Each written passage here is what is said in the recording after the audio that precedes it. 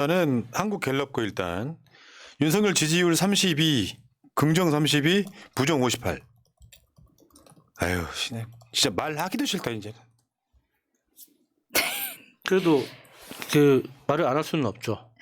아니 정말 이건 평행선이라 그냥 그래프 만들기도 갤럽에서도 쉽게 그냥 하고 있거든요. 뭐 교차점이나 이런 게 전혀 없이 쭉 가고 있기 때문에 본인들도 우리가 이걸 왜 하고 있나 돈 아깝다 그러니까요. 이런 지금 생각할 자괴감이 들 것 같아요. 정도고 네. 저 중간에 지금 비어 있는 공간이 있잖아요. 그거 3주 정도 안 했어. 갤럽에서 다시 나오기 시작했던 건데요. 윤석열 지지율 32%. 최대 찍었을 때가 36이고 갤럽 기준으로 윤석열 취임하고 얼마 안 됐을 때 24%까지 나온 적 있죠. 자, 그러면 이 이념 성향으로 한번 볼게요. 이번 여론조사. 지금 한 50명 정도 보수가 더 많습니다. 52명 정도. 대충 이렇게 보시면 될 것 같고요. 전화 면접은 그냥 일반 국민의 여론. 총선에는 저렇게 안 나온다는 말씀 다시 한번 드려요. 총선은 자동응답이 훨씬 정확하다 말씀드리고, 윤석열의 부정평가 1위가 경제, 민생, 물가입니다. 왜 윤석열이 싫으세요? 못한다고 생각하세요? 물어보면 경제, 물가, 민생 이런 거예요. 이건 못하니까. 이건 아마 윤석열 임기가 언제 끝날지 모르지만 그때까지 계속 똑같은 얘기가 반복될 거예요. 이건 피부로 느끼는 거니까요. 이게 물가가 오른다는 게 어떤 상징적인 표현이 아니라 모두가 실질적으로 매일매일 느끼고 있는 거잖아요. 지난달까지 그 9,000원 하던 국밥이 갑자기 10,000원이 되고 또 오늘 갔는데 11,000원이 돼 있고 계속 가격이 오르는 게 눈에 보이니까 그 공포심이 드는 거죠. 자, 근데 이제 그 다음에 하나만 더 보여드릴게요. MBC에서 잠깐만요. 아직 보여주지 말아봐요. MBC에서 패널 조사라는 걸 해요. 그럼 방송사마다 해요. 패널 조사는 뭐냐면 일반 여론조사는 무작위로 가잖아. 답한 사람만. 그러니까 가끔씩 이상한 경우 있지. 이 찍들이 너무 전화를 많이 받은 주는 윤석열 지지율이 튀어. 그러면 이 일정한 흐름이 있는데 왜 튀지? 저번에 아마 지난주인가 여론조사 꽃도 한번 튀었어요. 맞아요. 그 튀었다는 건 뭐냐면 일반적인 흐름과 다르게 갈 때 쉽게 표현하면 재수가 없는 거예요. 그날따라 유독히 이 찍들이 전화를 많이 받았다. 이런 건데 패널 조사는 뭐냐면 애초에 여론조사를 받는 사람을 정확하게 지정을 해놓는 거예요. 전화 받은 사람이 다 똑같아. 1,000명을. 그래놓고 6개월 후에 다시 전화해. 민심이 어떻게 바뀌었나. 근데 그 패널 구성 어떻게 하냐면 지역별, 성별, 뭐 연령별 이런 것들을 다 샘플을 만들어 가지고 전화를 다시 해서 물어보는 게 그게 패널 조사라고 하는 거예요. 이게 민심 변화에는 가장 기가 막힌 거예요. 이거 튈 리가 없잖아요. 어떤 이슈에 선동당해가지고 지지를 빼는 사람도 일부 있겠지만 거기에 대한 여론조사 중에 이제 패널 조사 중에 뭐가 있었냐면은 신당 출연 시 정당 지지층 이동 분석. 그 정당 전체 지지층 이동 분석인데 여러분들 저 까맣게 안 보이시겠지만 여러분 안 보셔도 어쩔 수 없어요. 신당이 출연하면 민주당 지지층 이탈 결집 분석하면은 다른 거 다 보시지 말고 가운데쯤에 그 마이너스 1.6이라는 걸 보시면 돼요. 플러스 마이너스 해가지고 민주당이 마진이라고 하죠. 마진. 민주당 표만 밖으로 나가는 게 아니에요. 민주당 표가 이것 때문에 들어오기도 한다는 거예요. 그러니까 마진율이 1.6이 1.6. 신당이 생기면. 국민의힘은요. 신당이 생기면 여기 신당에는 이준석, 이낙연 등의 신당이 다 포함되죠. 오른쪽. 화면에 보면 오른쪽에 보면 마진율이 마이너스 3.1이에요. 이거 분석한 게 여론조사 전문가예요. 그러니까 실제로 정당 지지율에 있어 갖고 손해를 더 보는 게 국민의힘이다라는 표입니다, 이게. 그리고 그 밑에 있는 건 정의당이고요. 정의당은 그나마 지지율이 3%도 안 나오는데 마진율이 마이너스 1.2니까 거의 대부분을 잃게 되는 거네요. 뭐 안 되는 집은 뭘 해도 안 되죠. 그 무당층 같은 경우는 이제 무당층이 밑에 보면 오른쪽 맨 하단에 무당층이 마이너스 7.1이 빠지는 거예요. 그러니까 신당이 생기면 무당층이던 사람들이 한 7% 정도는 그쪽으로 옮겨가는 효과가 있다. 이게 첫 번째고. 그건 종당 지지율이고요. 그 다음에 보여줄 것은 뭐냐면 총선 지역구 정당 후보 지지층 이동 분석입니다. 지역구에. 아까 말한 정당 지지율이고 그 첫 번째 맨 위에 민주당 같은 경우는 마이너스 5.2 지역에서 그 다음에 국민의힘은 마이너스 3.6 정의당은 마이너스 0.3 그리고 무당층은 마이너스 0.8 정도 되는데 제가 말씀드리고 싶은 거는 총선 때 가면 저 숫자는 저도 더 줄어들어요. 구도가 양당 구도로 되기 때문에 지금 막 출범했을 때 관심 갖는 사람들, 정치 저관여층, 무관심층들이 저기다가 하는데 실제로 이 여론조사 분석을 해보면 저렇게 민주당이 저렇게 손해를 볼 거냐 아니다는 거죠. 그러니까 신당이 출연했을 때 실질적인 효과가 있었다라는 그 사례를 과거 정치에서 두 차례를 드는데 하나는 사실 80년대 이전이기 때문에 비교하기가 어렵고 가장 최근에는 이제 안철수의 국민의당 그때 이제 사례를 들잖아요. 근데 지금 이렇게 그 우후죽순으로 나타나고 있는 신당들이 과연 안철수의 그 신당이었던 만큼의 역할을 할 수 있을까 보면 그게 아니지 않습니까? 그러니까 열받는 게 이거야. 이재명 대표가 흔들기용으로 써요. 지난주 여론조사 중에 호남 지지율이 빠졌다는 거야, 민주당이. 1000명 중에 호남 몇 명이나 되는 줄 아세요? 100명도 안 됩니다. 그 말하자면 그런 사람 몇 명 데려다가 지지율이 빠졌다는 거예요. 이낙연 신당 지지율이 지금 대략적으로 보면 5% 미만이에요. 5% 정도 대충 나온다고 보면 돼. 이준석 신당은 10%쯤 나옵니다.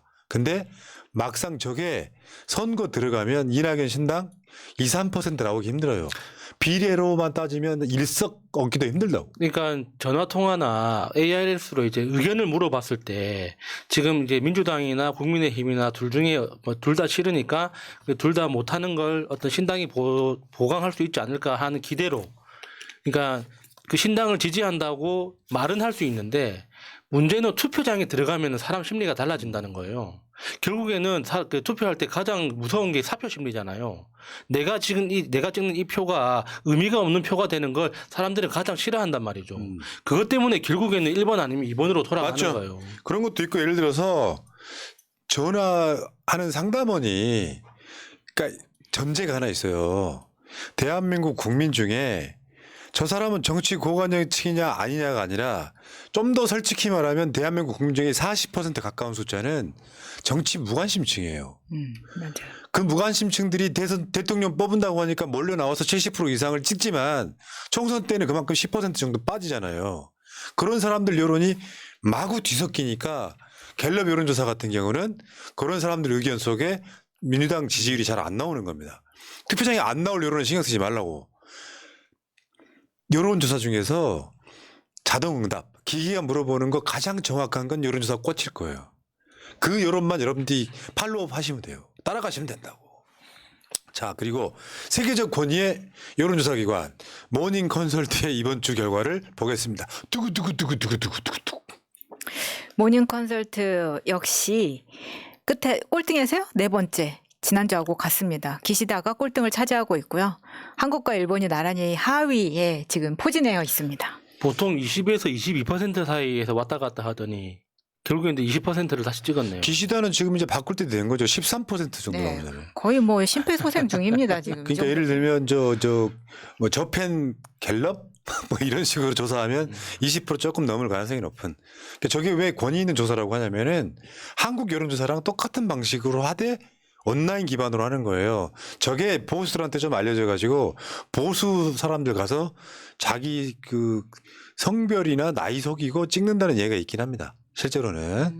근데 20% 갖고 어떻게 해. 저게 실제 민심에 가까울 가능성이 매우 높다 이런 거고요. 자, 겸해서 어제 이재명 대표가 테러 당할 때 부산 따라왔던 민주당 출입 기자들만 모아서 비공개로 차담회를 했어요. 차담회를. 아유 고생들 많이 하셨다고. 생사를 같이 한 동지들 아니야. 그러니까 특히나 그 이재명 대표 바로 등 뒤에 있었던 기자가 한 명 있었대요. 아직까지 그 밤마다 악몽을 꾼다고 굉장히 합니다. 힘들어하더라고요. 거기에 당직자들도 한 일주일씩 휴가 내고 굉장히 힘들었다고 하더라고요. 네. 근데 어제 이재명 대표가 한 말이에요. 총선의 목표는 우선은 원내 일당이다. 그리고 151석을 얻는 거다. 그러면 이재명 대표한테 악플달 지지층은 없겠지?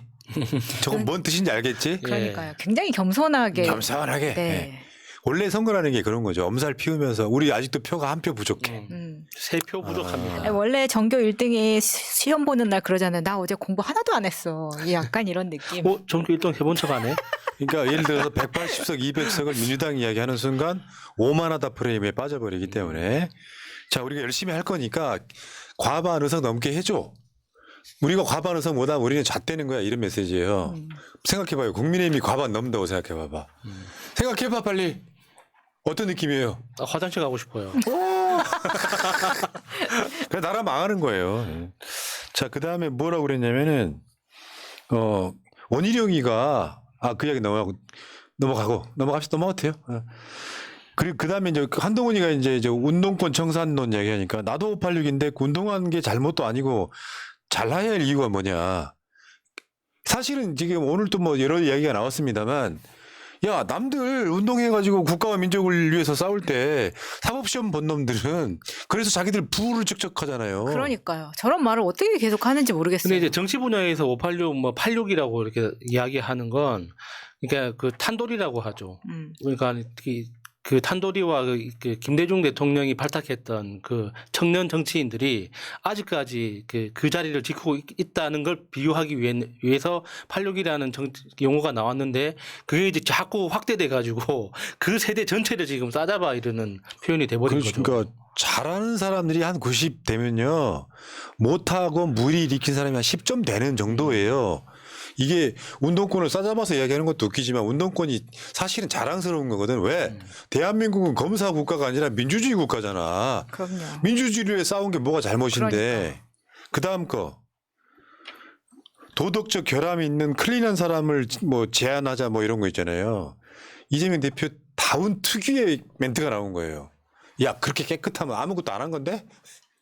그렇죠. 왜? 검찰 입장에서 털어요. 그러면 먼지가 나올 거 아니야.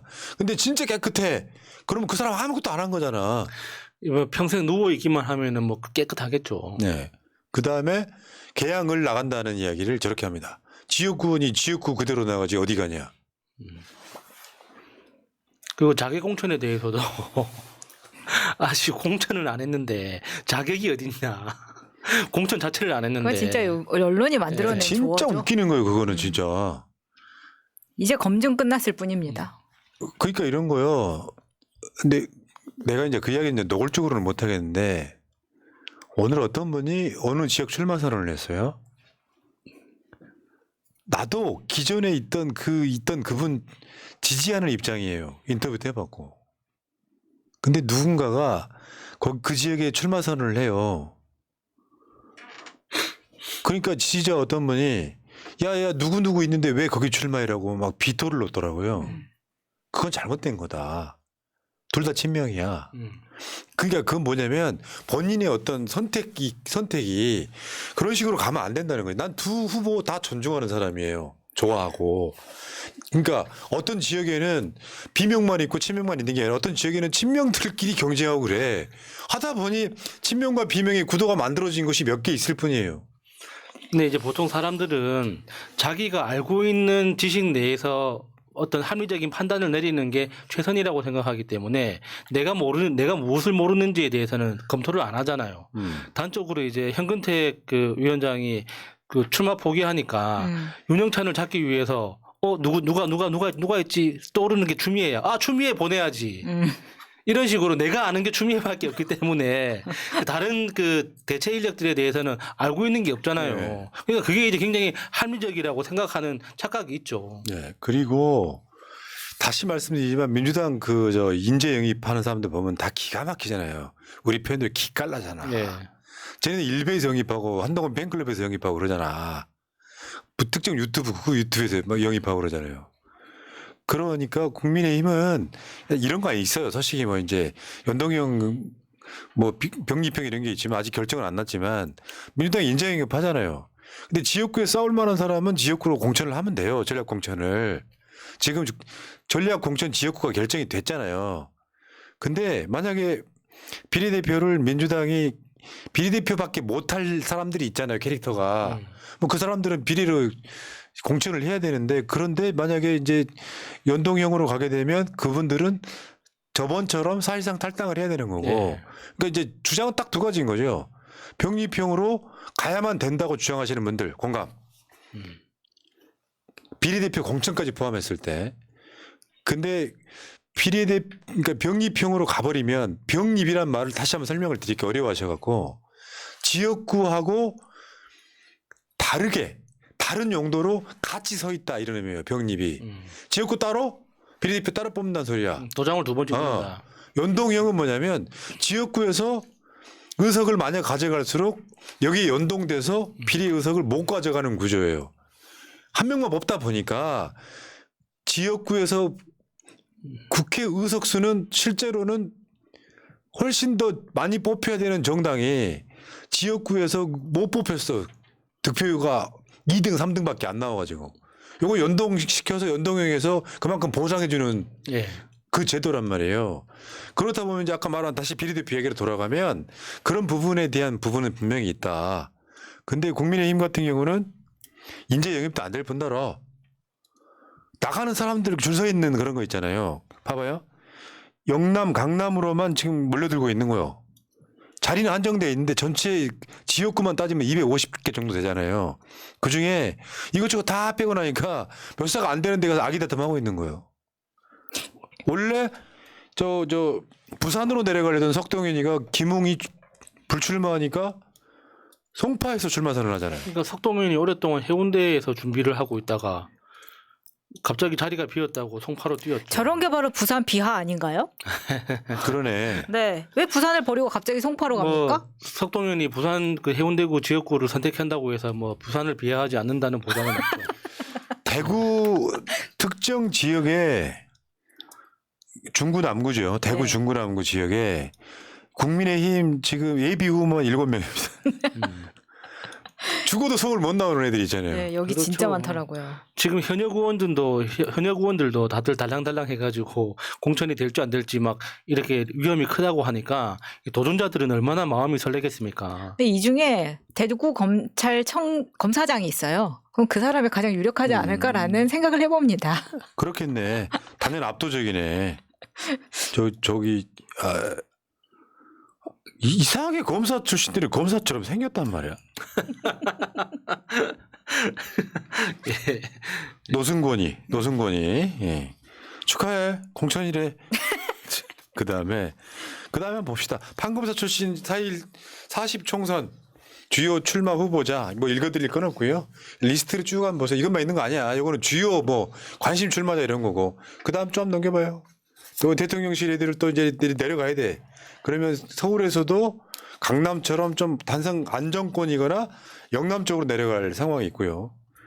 그다음 검사 출신 출마 예상자 막 이렇게 정 저렇게 많네요, 하면은 진짜. 글자 사이즈가 다르네요.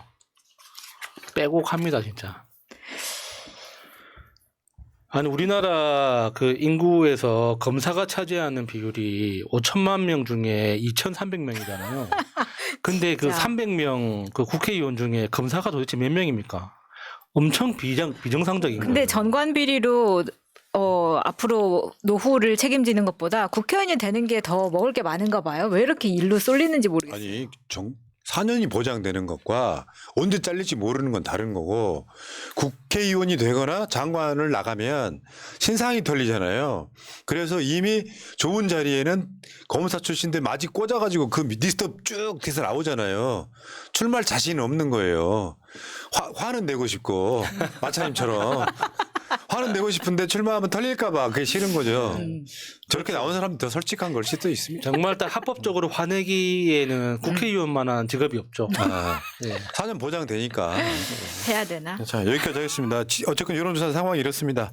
지난주 방송을 재방송하는 것 같아서 매우 죄송합니다.